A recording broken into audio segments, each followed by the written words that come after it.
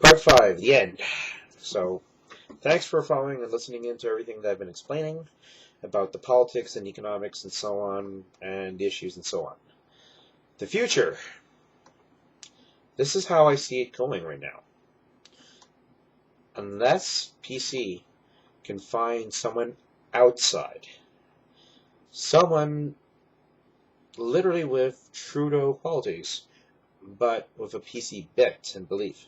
Someone who's a superstar, someone who people will fall in line with, the PCs could conceivably lose this election. Because, and this is where we're going back all the way to part 1, because of the Trudeau factor, all the way back 40-something years ago, the Liberals and NDP don't have a chance in hell. People still remember that. That's one of the reasons why the Liberals have never gone past the 20% range, and they haven't been more than, say, 15 to 20 people seats for quite a long time. But Alberta, electively, despite the new people, the new blood from Montreal, from Vancouver, overseas, and so on, is still first and foremost a conservative province. It will not change. I don't think it's going to happen probably for these 20 years. The population will have to change even more. Remember, conservative votes are still conservative votes, and even for every newcomer that comes in from Montreal that might be liberal, you have another person coming in from, say, from another province like, say, Saskatchewan or something that tends to lean more conservative.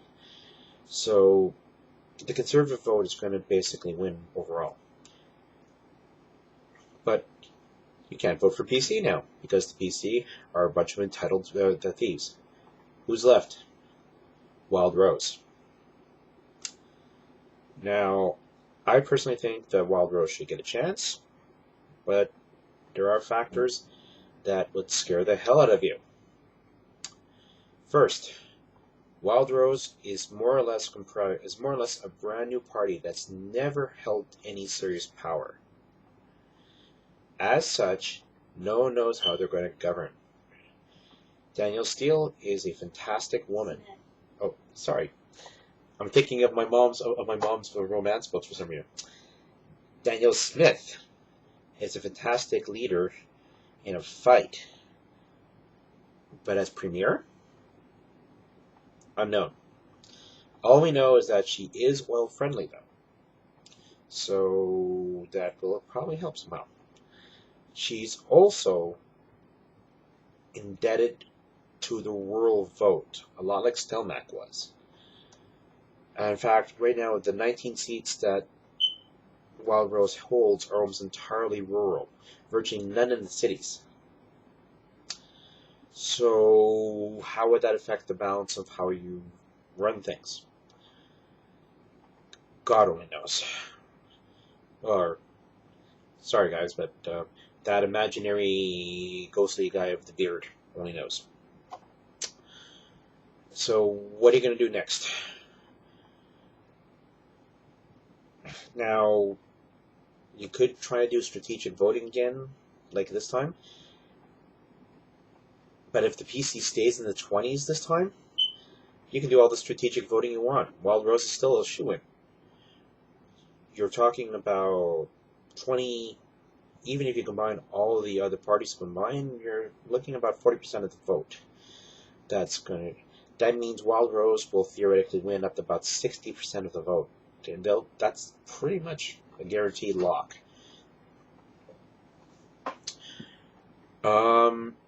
Let's get now to that other problem. What other options are there? There isn't any. Pesky NDP Liberals still with that brand A on their chest. No one's going to touch them. You now have a new government that is heavily rural and completely untested.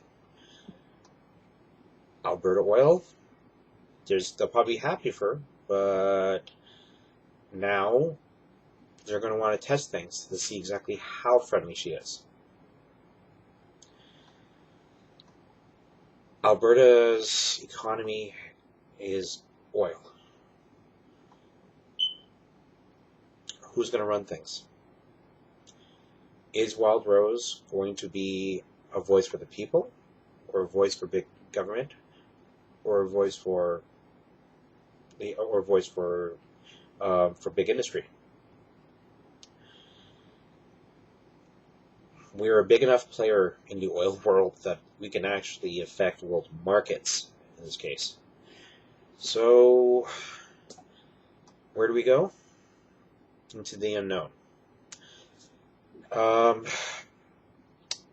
This is one of the reasons why it was a funny thing, is that